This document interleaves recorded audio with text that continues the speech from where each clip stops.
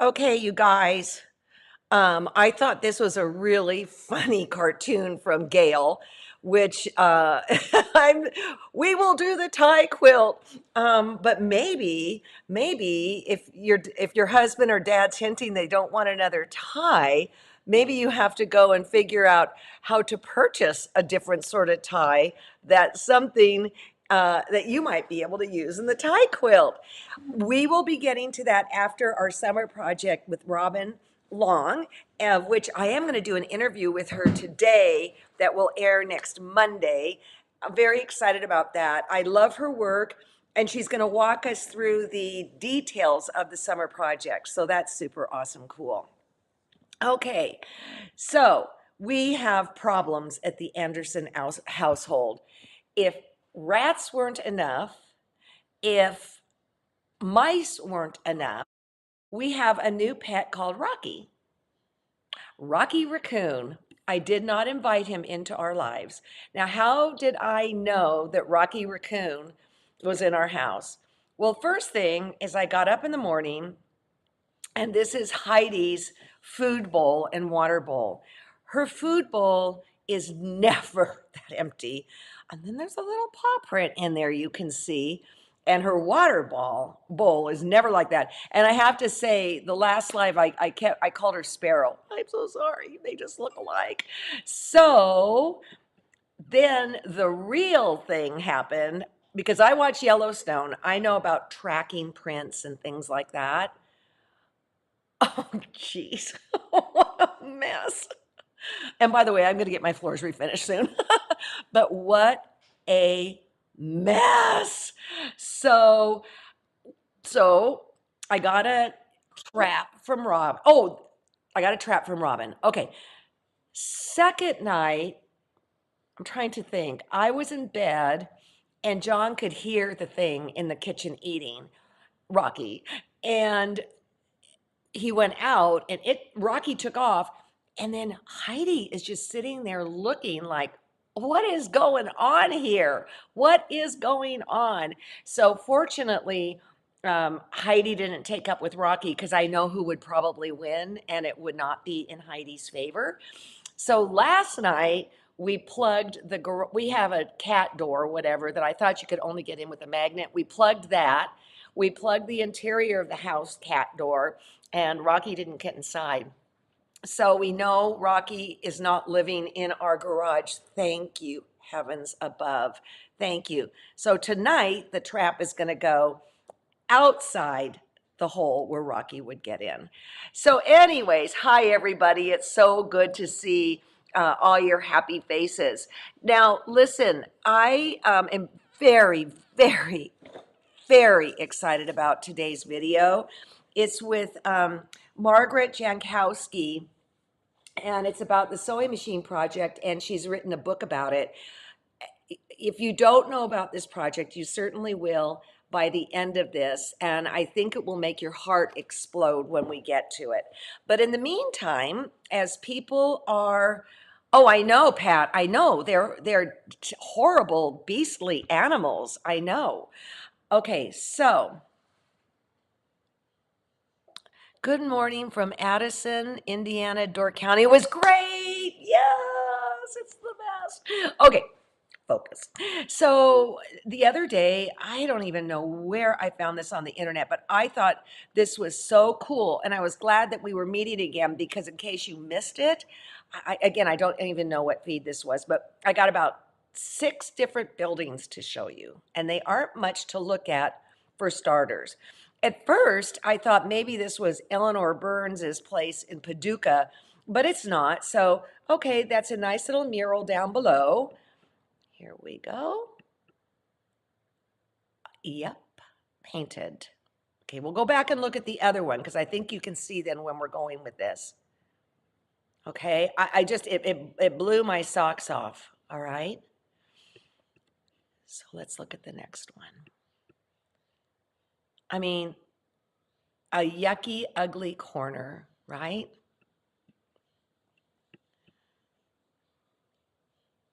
I mean, I don't even want to use the word graffiti. It's art, taking it to a whole new level. And I will tell you, in Livermore, they're taking a lot of the sides of buildings that are super ugly and they're doing beautiful things. Not quite this intricate, but pretty good, right? Okay, here's this. All right. I mean, for a second, I mean, those look like real people, all right? They look like real people there. Here's another one. Okay. I try and show you art that's outside the genre of quilting too, because I think sometimes it can inspire us. Look at that. The dimensionality of the whole thing and everything. Okay. Here's another. All right. Look at that. Yeah. Okay. So before we get on to sewing machines, I want to tell you that Rondi got hold of me and asked if she could teach spinning spools and sequoia sampler that we did during the pandemic at the local quilt shop in between stitches. And I said, sure. All I request, if somebody wants to teach one of the things that we have done during these past, 3 years or whatever, please give me credit and please get the patterns from the quiltshow.com quilt shop store. Please do not get one and copy. That's naughty, just like taking copies out of a book. But I would be pleased, tickled pink, if you taught what I taught you and help spread the love. Just get the pattern from us and credit where credit's due, okay? All right, so here is something else. We're getting into sewing machine stuff, okay? Bernina is doing one of the smartest advertising things I have seen in such a long time. So let me show you what came across my feed. Save the date. Save the date. The date is June 27th. They are launching a new machine. And usually they keep it as a big, huge surprise at BU. And I'm not quite sure where Bernina University is, but this is a whole new tease at a whole new level. And I started looking around the internet and snoopy dooping at some of the ads. I almost started crying when I saw what I think this machine can do. Now, I love my 765. It's not going anywhere, but I don't want to say what I think it is because if not, boy, I'll get myself in big trouble. But I think it's really cool. So when they bring a new machine on in the summer months, usually they're available, I don't know when, the fall or something like that. What I want to tell you is that if you see this machine, I can't wait to see what it is. Again, I think I know. You just get hold of me before, and I will send you this $100 rebate coupon that will it'll come directly from Bernina in USA, which is the Chicago area, but I have to send it to you before you buy it. And then once you get it and it's dated on the back, you have a 1 month window, all right, to get the machine. And if you put down a deposit, that can work too. Basically, they just want to see that you've purchased the machine. And of course, it has to be over $1,000. I have the feeling this is going to be a top of the line machine. I mean, top of the line. Again, I don't know. So we love our sewing machines. And I know that today, the interview with Margaret will really touch your heart. But let me share something with you that touched my heart beyond measure. My girlfriend Lois was just here, and she has grandchildren, and one such grandchild is Grace. Lois put Grace down at her 475 Bernina, I think is what she said, or 470, 475. I've got to show you this video of Grace. This is just going to touch your heart like no tomorrow. Okay, here we go. Sweet Grace. And note the music in time with the sewing machine.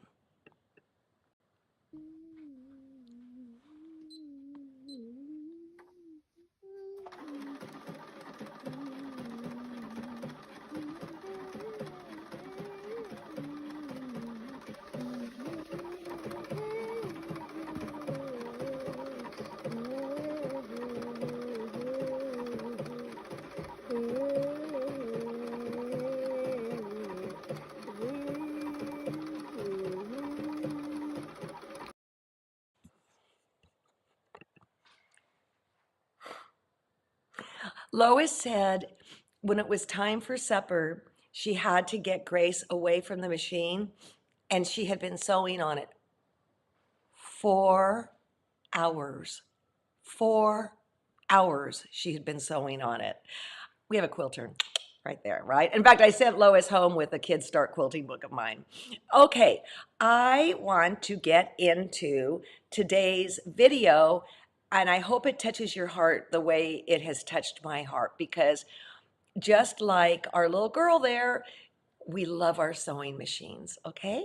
So, welcome, please, Margaret Jankowski. Here we go. Well, hello, Margaret. It's so good to have you back here again. I'm so excited to see you. I know. We've done this way back, and we were just talking about it, everybody, and it was pre-pandemic. And I'm so excited to have Margaret here because she has written a wonderful book about her journey with sewing machines. And so I want to talk about it in case somebody, well, let's pretend people don't know anything. And I want to talk about what you've done because you have created a miracle in the world, in my humble opinion. Well, Yeah, thank you. Thank yeah. you. Oh my goodness. I could not have done this without a whole lot of sewers that really resonate with this whole idea. So, would you like me to tell you a little bit about the sewing machine Please, project? please. Okay. So the Sewing Machine Project is a nonprofit organization. I started it way back in 2005. And Really? yeah, Okay. and that blows me away. Yeah. And, I started it after the tsunami in Southeast Asia. I saw a need. I read an article about a lady who'd lost her sewing machine, and I just couldn't imagine living without my sewing machine. Hmm. And then I thought, yeah, but I'd survive without my sewing machine. And for this lady, that was a question. And so I started gathering sewing machines and the For connections I knew. for What? Asia, for Asia. For Asia, for Sri Lanka. Okay. And Let's I take a. I want to show a picture because it's the gal getting her sewing machine, and I people, you're in Madison, Wisconsin, I am. and I would be thinking, well, how am I supposed to get it over there and this and that? But you did, and look at this, everybody. Look at this. Was this her livelihood? Yes, yes. And Okay. actually, this picture, these ladies are in an orphanage, and that was housing kids that were orphaned by the storm. And they were teaching the kids to sew and teaching the kids, teaching them a trade. Okay. So it was like a miracle to them. How did you how did you say I'm in your brain, I'm going to get these machines from where? And then how am I going to get them over there? Well, Alex, I'll tell you. It was actually more like I just thought, "Oh, this'll work. I'll just gather some sewing machines," and in my imagination, I thought, "I'll just put them on a box on a boat and ship them over there, and people will just be waiting on the shore."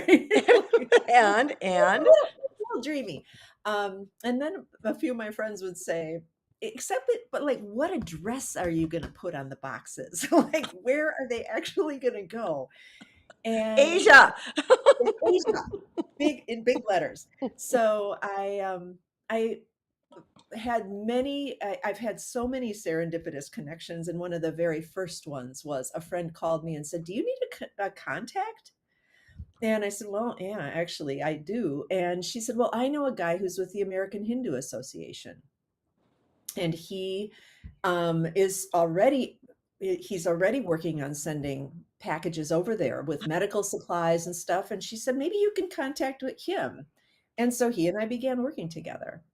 And where did the machines come from? These first Um, machines. the very first machines were here. I live in Madison, Wisconsin, and I went on the local news in the morning and said, and held up a picture I'd drawn of a wave, which was my first logo, and said, "I'm collecting sewing machines to send to people that were affected by the tsunami."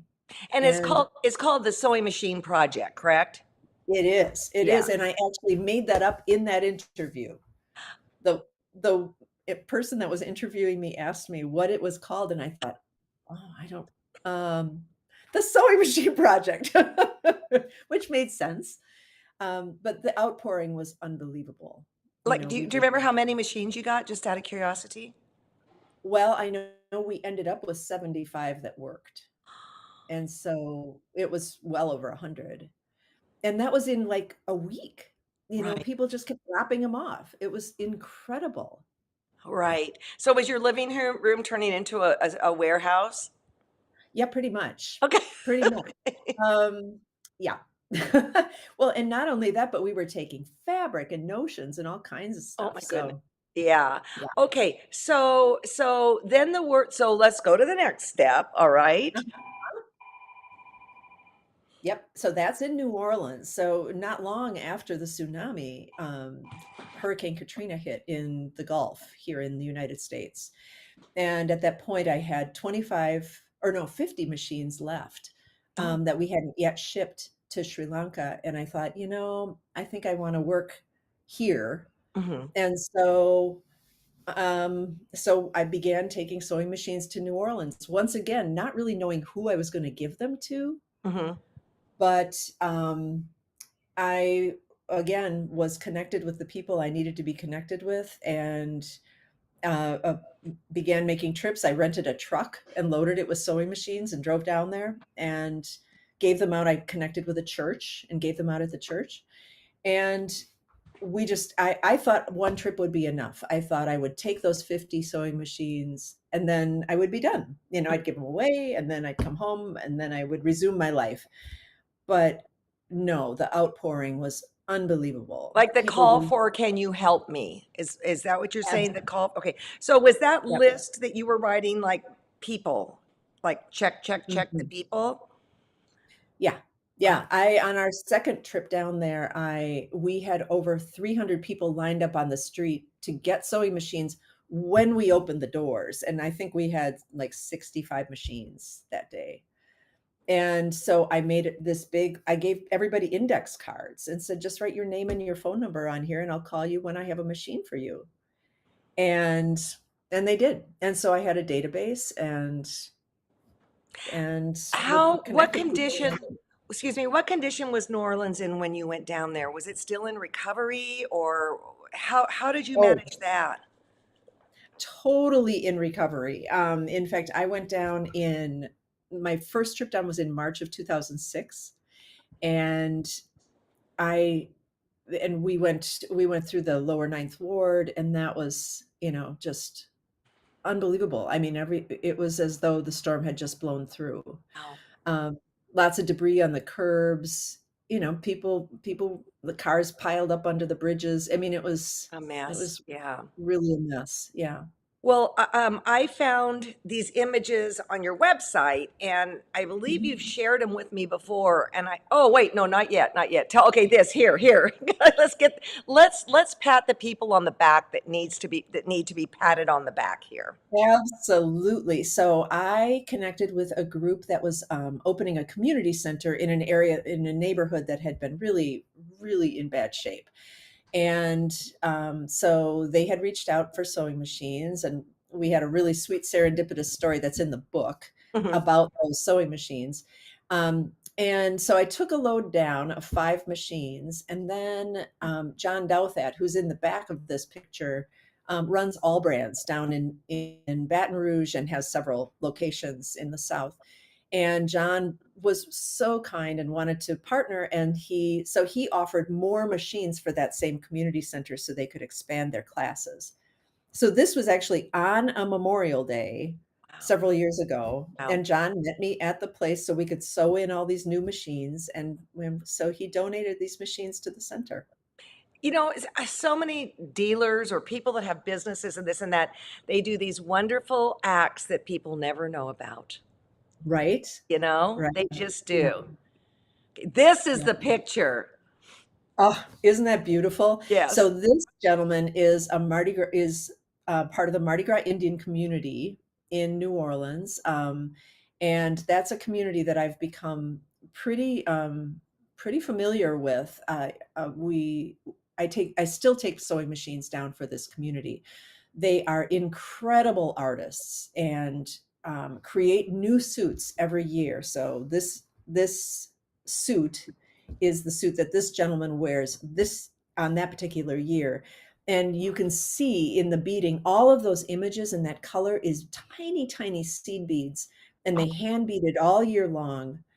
And then, but they need sewing machines because underneath that big suit is like a canvas suit, and they sew these beaded panels to canvas so that they can wear them. Um, the artistry is unbelievable. So each time I go down, I take about, 10, 15 machines to make sure that that community has what they need. Here's another one. Yeah. Aren't they So, amazing? yeah, so okay, so this person wears this time. Do they regenerate, recycle, whatever, or what do they do? Because I can't imagine all that work just going bye-bye. Well, it used to be that they would start dismantling their suits right after Mardi Gras so that they could reuse things and build a new suit. But I don't think that happens as much anymore. Mhm. They're um, having the resources to build what they need each year. But Okay. I can't say that for So sure. in other words, I'm sure, you're just guessing on this one. I'm just guessing. Okay.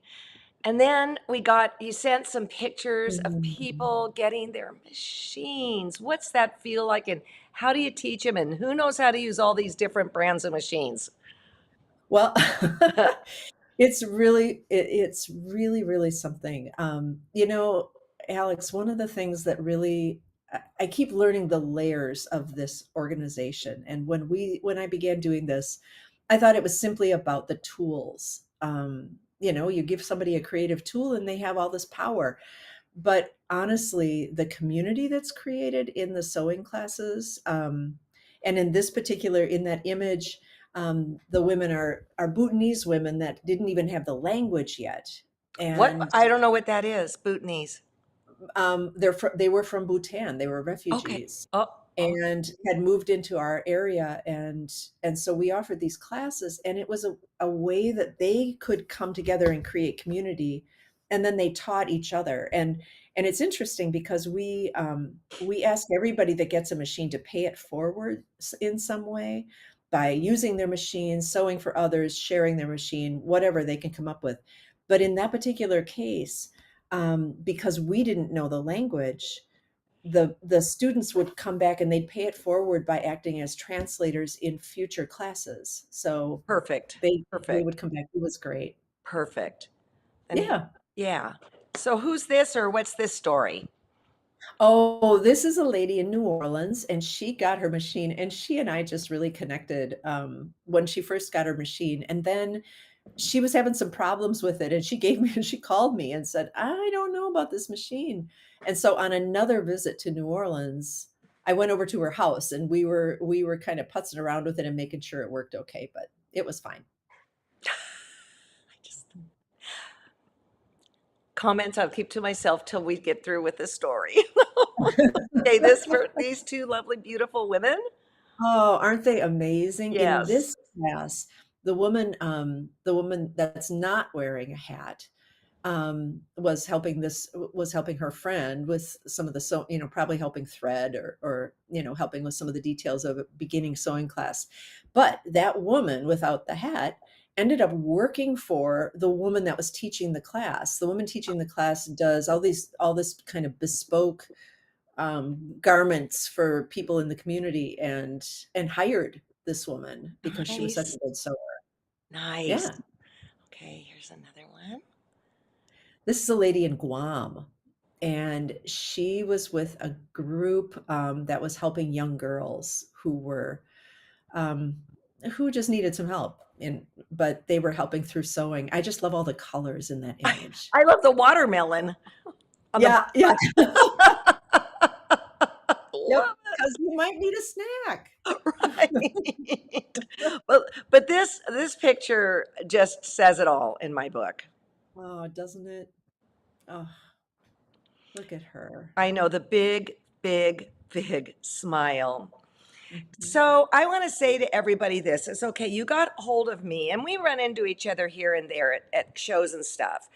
And I guess you emailed me and you asked me if I would read the, what's it called when it's not like this?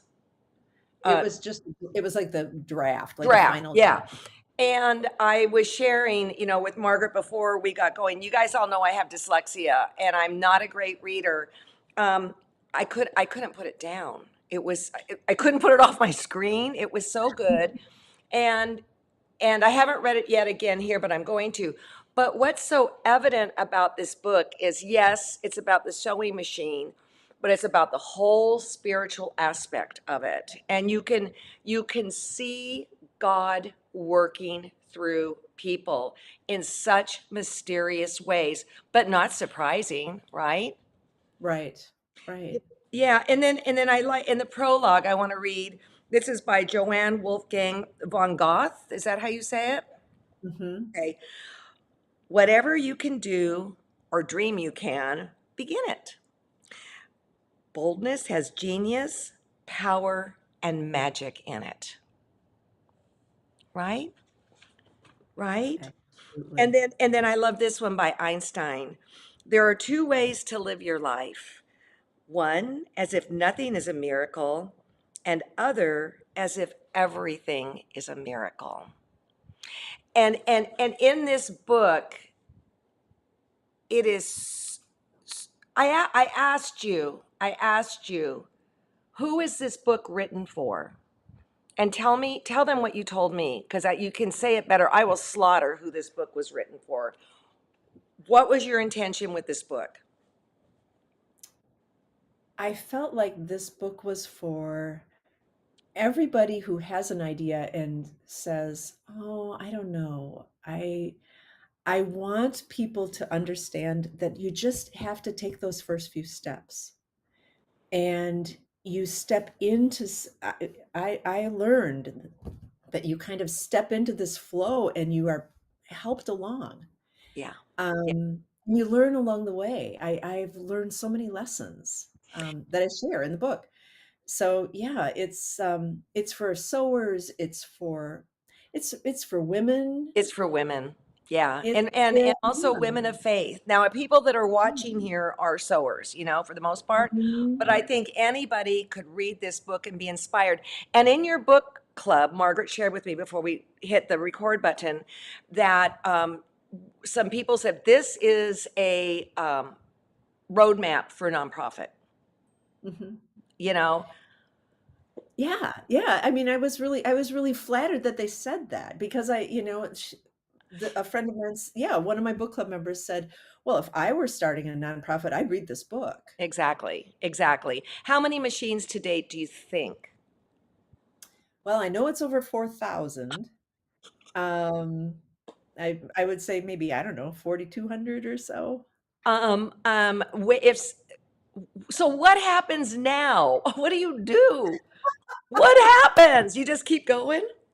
Of course, and that's why it was so hard to end, like to end this book because it just keeps growing and it's so interesting. Yeah. Um, yeah, I'm looking forward to interesting collaborations. We're collaborating with some artists down in New Orleans, and that's kind of interesting. And we're collaborating with corporations, with different companies that want to work with education and sewing machines. And I love that. I never in a million years would have guessed, Isn't that back in wonderful? 2005. You could not have you could not have written this story. I mean, No. who would have written it? But because you have lived it, you've written it in such a beautiful, tasteful, easy to read people, and very aware that this is not about you, it's about much greater things. Yeah, Would you not that's agree?